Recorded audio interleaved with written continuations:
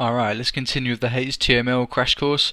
In this video I'm going to go through a couple more input methods, guys. I forgot to mention a couple in the last video, so I'll just get through them in this video. And then we're going to go through tables, okay? So tables are a way to structure your web page to store data in rows and columns, but we'll get there in a sec.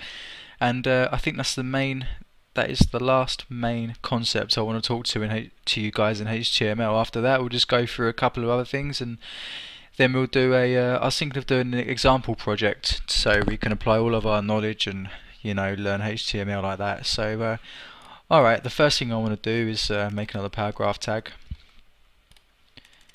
Alright, another input type. This might be important if you want to upload images or documents, so we're going to put file. Alright, if you want to upload a file, just put a type of file and give it a name.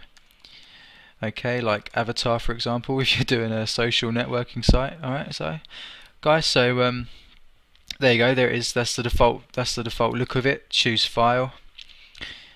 Okay, we can just choose whatever we want, index.html. So beware of this, guys, if you want to use it. We're going to check the file through PHP. Check the extension. In this case it's HTML. If you just want to upload images, we can just use JPEG, PNG, so you can predetermine the file type. You can test for its size, okay? So the more tests you do with file uploading, the better, because you don't want a dodgy file going onto your server, guys, like a Trojan or something. So so that's files for you. Alright, so let's tidy this up a bit. Excuse me, guys, I've got a bad throat today, so sorry about that. The other input type is a button. Alright, so input type equals button, if I can type it. You can give it a name if you want, so button1, and also we can give it a value. Usually, guys, in PHP we refer to input types with their name. We can give it an ID, but we'll go through that later on. So I just put a space between button and one, so it's better to close it off. Let's put an underscore so it's easier to refer to it, and let's make a value. So let's say click here, for example. Alright, let's refresh again. There we go, there's a button here saying click here. Now it's not like the submit button, it doesn't it doesn't do anything. We can make it do something with JavaScript or something, so just so you know guys, about the button. Alright, so file and button are the other two types that you might want to use. Alright, so let's move on. Let's go to tables now. So to do this, let's go back to the index page, and we're going to make another link. So I'm going to copy this link and paste it. Tables.html. Alright, let's go to the tables. Let's give it a title, tables page. Alright, so let's make a new page and call it, let's firstly copy the structure. This is the tables page. Tables.html, okay. Right, I think this is going to be the last page you're going to create in this project. Alright, so let's go ahead and create a table. So to create a table we need a tag called table. And let's close the table straight away. Let's go back and go to tables. So as you can see, nothing's there at the moment. So we need to put columns and rows into our table, guys. Okay, so the first thing we do is put in the row. The tag for this is tr. Okay, so I'm going to close it straight away. And we've got a column, or a row, sorry guys. They're called rows in tables. So we can have 3 rows if you want to, 1, 2, 3. But when I refresh the page, we still haven't got anything. So why is that? We've got our rows, but nothing's showing. It's because we need to put data in the rows, guys. So we can split the rows into separate columns. And to determine how many columns we need, we use another tag called td. So td, alright, so that's a column. Alright, so let's copy and paste it 3 times, so we've got 3 columns in our table. And to keep this consistent, guys, I'm going to do this in all of our rows. Let's do it again. Whoops, sorry about that. And not having much luck today. Alright, so that's our table structure. We still can't see anything because we haven't got any data. So we've got three rows. Okay, we've got 3 rows in our table, and within our rows we have 3 columns. So 3 cells, if you like, in our rows. So that's all the tags you need to know, guys, in tables. So now I'm going to talk about a couple of attributes we can put in the table tag. The first one is called border. Okay, I'm going to use that one first because so we can actually see our table. Border equals 1. So let's refresh the page. Still nothing. Okay, we need to give it a border color. So border color. Let's call it black. Then let's refresh the page again. Okay, these are two new attributes, guys. Border color. Okay, you can just use the word black, or you can use any word like grey, for example. And now it's grey. Okay, blue is another example. Okay, blue. So right, the next important attribute for the table tag, guys, width. We can control the width of our table in a number of ways. For example, we can say how many pixels.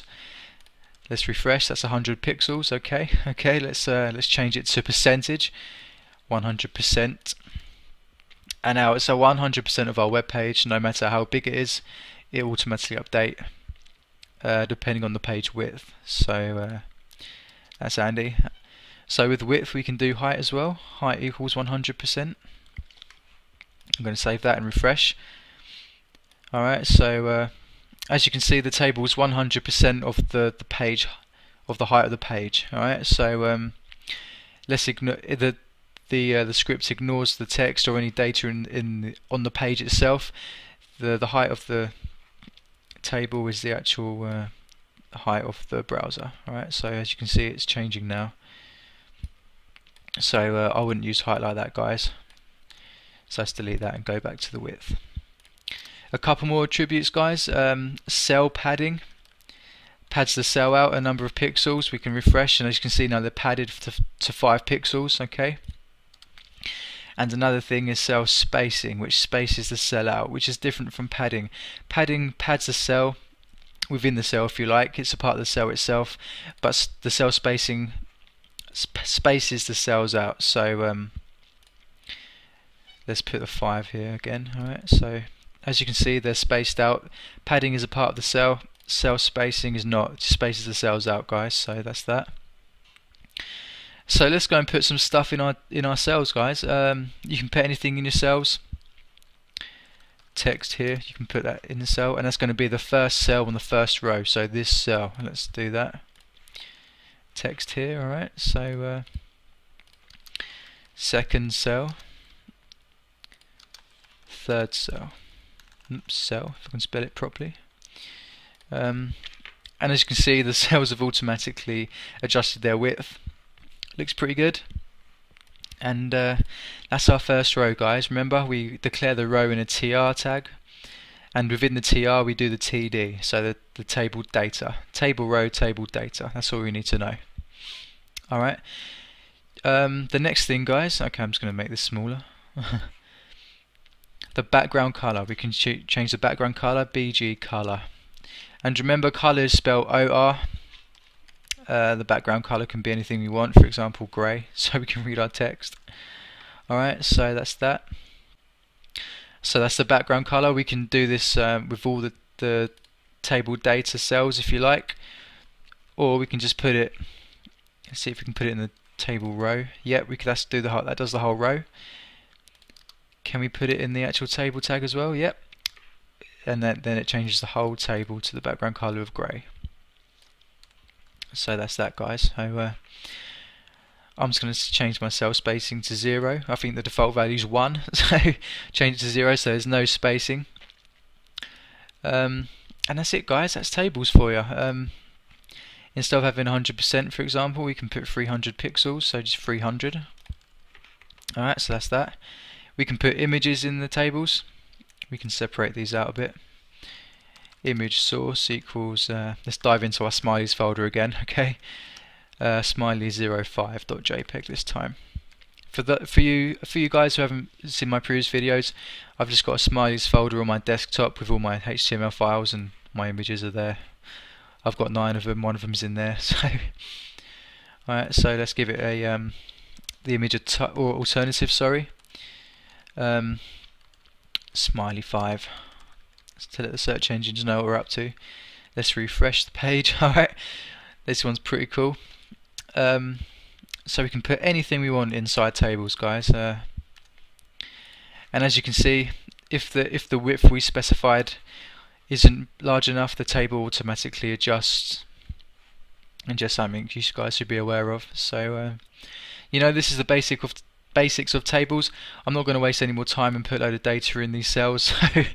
So let's delete this row actually. And that is the basics of tables. So now you can structure your websites out how you want, guys, using tables. Okay. Just a word of advice: I don't usually use these attributes with the table tag, guys. I style everything in CSS. That's why I'm not going to go through many attributes on styling your tables or text or images and stuff. You do it all with CSS, alright? The aim of HTML is to just block out your code, put all the elements on your page, and with CSS you style the page. It's as simple as that. And it's the simplest way of doing things.